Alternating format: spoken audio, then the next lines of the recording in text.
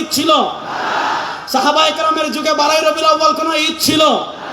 তাবেঈদের যুগে 12ই রবিউল আউয়াল কোনো ঈদ ছিল?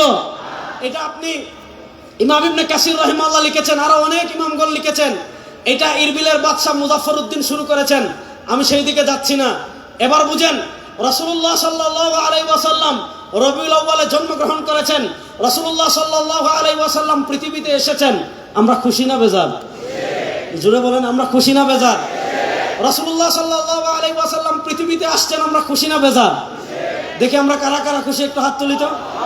রাসূলুল্লাহ সাল্লামের আগমনে আমরা খুশি না বেজার? রাসূলুল্লাহ সাল্লাল্লাহু আলাইহি ওয়াসাল্লামের আগমন, এটাকে বলে মিলাদুন নবী। আমাদের দেশে একদল মানুষ আছে, বলবে যারা মিলাদুন নবী মানে না তারা কাফের। আরে মিলাদুন নবী মানে রাসূলুল্লাহ সাল্লামের জন্ম, রাসূলুল্লাহ সাল্লাম জন্মগ্রহণ করেছেন, এ কথা কি পৃথিবীর কেউ অস্বীকার করে? আরে ভাই, রাসূলুল্লাহ সাল্লাম জন্মগ্রহণ না করলে আপনি তার উম্মাহ হলেন কেমনে? রাসূলুল্লাহ সাল্লাম জন্মগ্রহণ না করলে আপনি শরিয়া পেলেন কেমনে? রাসূলুল্লাহ সাল্লাম জন্মগ্রহণ না করলে আপনি দ্বীন পেলেন কেমনে? তো মিলাদুন নবী মানে রাসূলুল্লাহ সাল্লাল্লাহু আলাইহি ওয়াসাল্লামের জন্ম।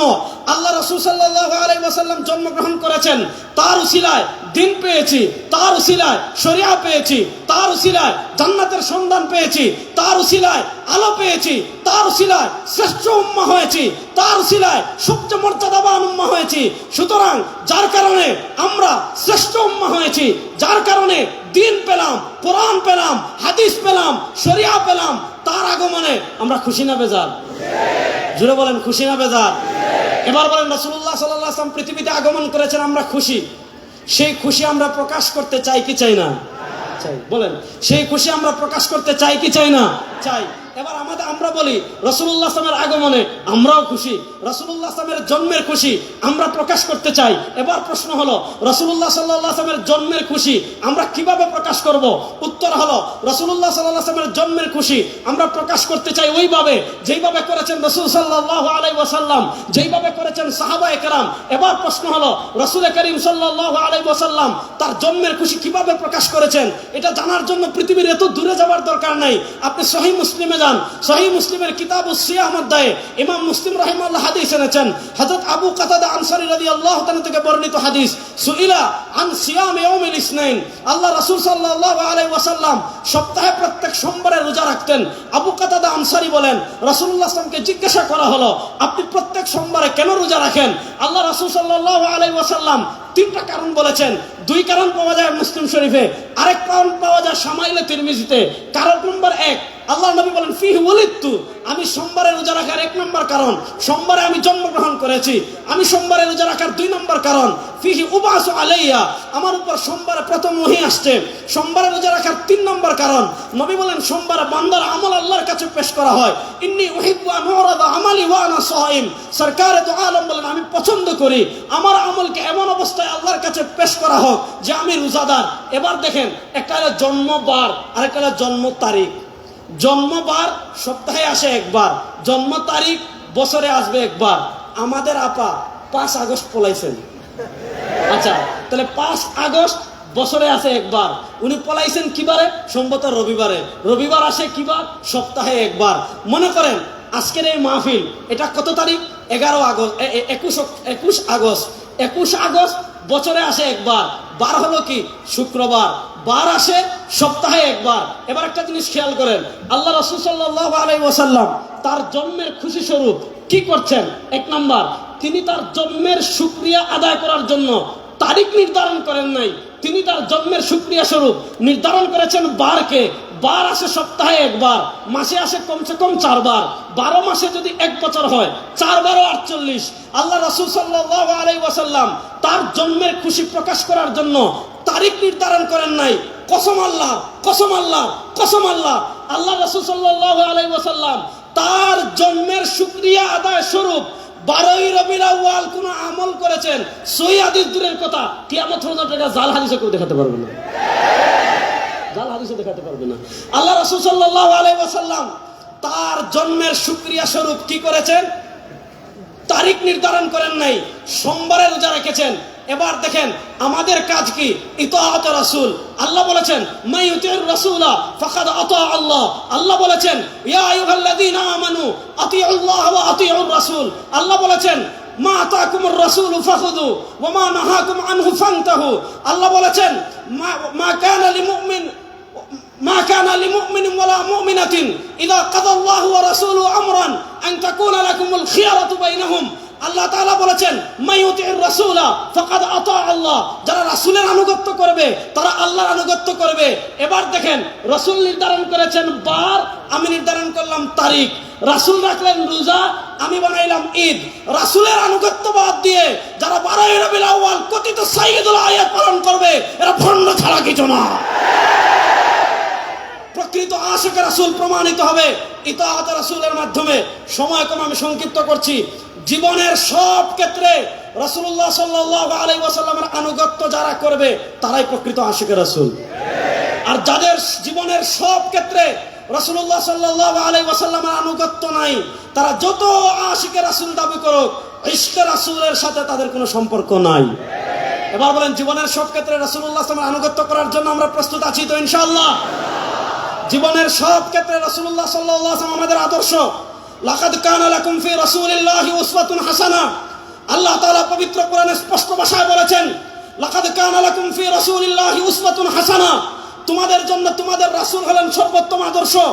রাসূলুল্লাহ সাল্লাল্লাহু আলাইহি ওয়াসাল্লামের আদর্শ আমরা আমাদের শরীরে মানব, আমরা আমাদের ঘরে মানব, আমরা আমাদের সমাজে মানব, আমরা আমাদের রাষ্ট্র মানব, আমরা আমাদের বিচারে মানব, আমরা আমাদের সংসদে মানব। যারা জীবনের সব ক্ষেত্রে রাসূলের সুন্নাহ, রাসূলের ইসলাম বাস্তবায়নের চেষ্টা করবে, তারাই প্রকৃত আশিকে রাসূল, তারাই প্রকৃত নবীর ভালোবাসার দাবিদার।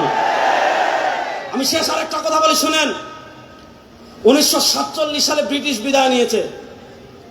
2024 সালে শেখ হাসিনা পালিয়েছিলেন। শেখ হাসিনা পালানোর পর বাংলাদেশে অনেকগুলো সংস্কার কমিশন গঠন হয়েছিল। কেন হয়েছিল? 17 বছর তারা অবৈধভাবে ছিল। যা কিছু রেখে গিয়েছে সেগুলা পরিবর্তন করার জন্য, সংস্কার করার জন্য সংস্কার কমিশন গঠন করা হয়েছে।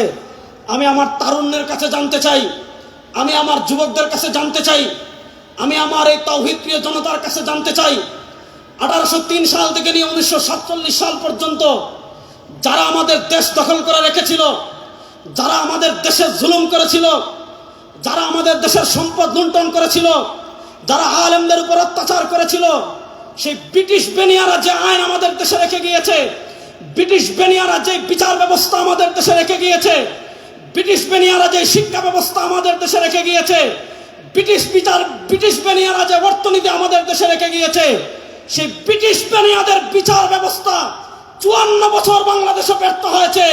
খুন বন্ধ করতে পারে নাই, দর্শন বন্ধ করতে পারে নাই। এই রবিউল আউয়াল থেকে দীপ্ত শপথ নেন, ব্রিটিশের বিচার ব্যবস্থা বাংলাদেশে আর চলবে না, বিশ্ব নবীর বিচার ব্যবস্থা বাংলাদেশে বাস্তবায়ন হবে। প্রস্তুত আছেন তো যুবকরা ইনশাআল্লাহ? প্রস্তুত আছেন তো যুবকরা ইনশাআল্লাহ? এই রবিউল আউয়ালে আমাদের দীপ্ত শপথ নিতে হবে, ইসলামের নাম নিয়ে কোনো মুনাফিকি বাংলাদেশে আমরা সহ্য করব না। আমাদের দেশে একদল দেখবেন কুচ আমেরিকা, কুচ ইন্ডিয়া, কুচ জাতিসংঘ, কুচ ইসলাম। আমেরিকারেও খুশি করতে চায়, ভারতরেও খুশি রাখতে চায়, জাতিসংঘরেও খুশি রাখতে চায়, পাগলা ট্রাম্পরেও খুশি রাখতে চায়, দুলাভাই মোদিজিরেও খুশি রাখতে চায়। আবার ইসলামের কথা বলবে, ইসলাম নিয়ে তামাশায় বাংলাদেশে আর চলতে দেওয়া হবে না ইনশাআল্লাহ। আপনারা প্রস্তুত আছেন তো? আমার নবী যে ইসলামের জন্য দান শহীদ করেছেন, আমার নবী যে আদর্শের জন্য রক্ত ঝরিয়েছেন, সেই পিওর রাসূলের রাষ্ট্র ব্যবস্থা বাংলাদেশে প্রতিষ্ঠা হোক। আমার তারুণ্য প্রস্তুত আছেন না? না ইনশাআল্লাহ। শেষ একটা কথা বলে আমি আপনাদের থেকে বিদায় নেব, শুনেন। আজকে এখানে আসার পথে খবর পেয়েছি আমাদের দেশে একজন ধর্ম প্রতিমন্ত্রী হয়েছেন। সরকার যাকে ইচ্ছা তাকে ধর্ম প্রতিমন্ত্রী বানাক, আমাদের আপত্তি নেই, আমরা এটা নিয়ে আপত্তি করি না। কিন্তু শুনেন, এই বাংলাদেশের ম্যাক্সিমাম মানুষ, সংখ্যাগরিষ্ঠ মানুষ আহলুস সুন্নাহ ওয়াল জামাতের অনুসারী। বলেন, এই বাংলাদেশের সংখ্যাগরিষ্ঠ মানুষ কি? আহলুস সুন্নাহ ওয়াল জামাতের অনুসারী। আমরা স্পষ্ট ভাষায় বলি যে আপনারা যেই ক্ষমতায় যান, ইতিহাসের নামে মুআবিয়া রাদিয়াল্লাহু তাআলার সমালোচনা পাঠ্যপুস্তকে আনবেন, যে আঙ্গুল দিয়ে লিখবেন ওই আঙ্গুল ভাঙা ফেলাবো। ইতিহাসের নামে হযরত উসমান গনি রাদিয়াল্লাহু তাআলার সমালোচনা করবেন, সাহাবা ইকরামের সমালোচনা করবেন, ওই তামাশা বাংলাদেশে আর চলবে না। আপনারা ধর্মমন্ত্রী বানিয়েছেন, আমি ধর্মমন্ত্রী বানাচ্ছেন এটা নিয়ে সমালোচনা করছি না, তিনি একজন কট্টর লামাযহাবী। তাকে ধর্মমন্ত্রী বানান, সমস্যা নাই। কিন্তু যদি আমাদের ইসলামিক ফাউন্ডেশনের কোনো বইয়ে অথবা আমাদের দেশে আবহমান কাল থেকে হাজার বছর থেকে যে নামাজ চলে আসছে, যে ইবাদত চলে আসছে, যে দিন চলে আসছে, এগুলা যদি পরিবর্তন করার চেষ্টা করেন, মাননীয় প্রধানমন্ত্রী আপনার দৃষ্টি আকর্ষণ করছি, জাতীয় মসজিদে সবার আগে জাতীয়ভাবে বাহাস হবে ইনশাআল্লাহ। ওদিকে 100 জন থাকবেন, এক রেজাউল করিম আপনার যথেষ্ট ইনশাআল্লাহ।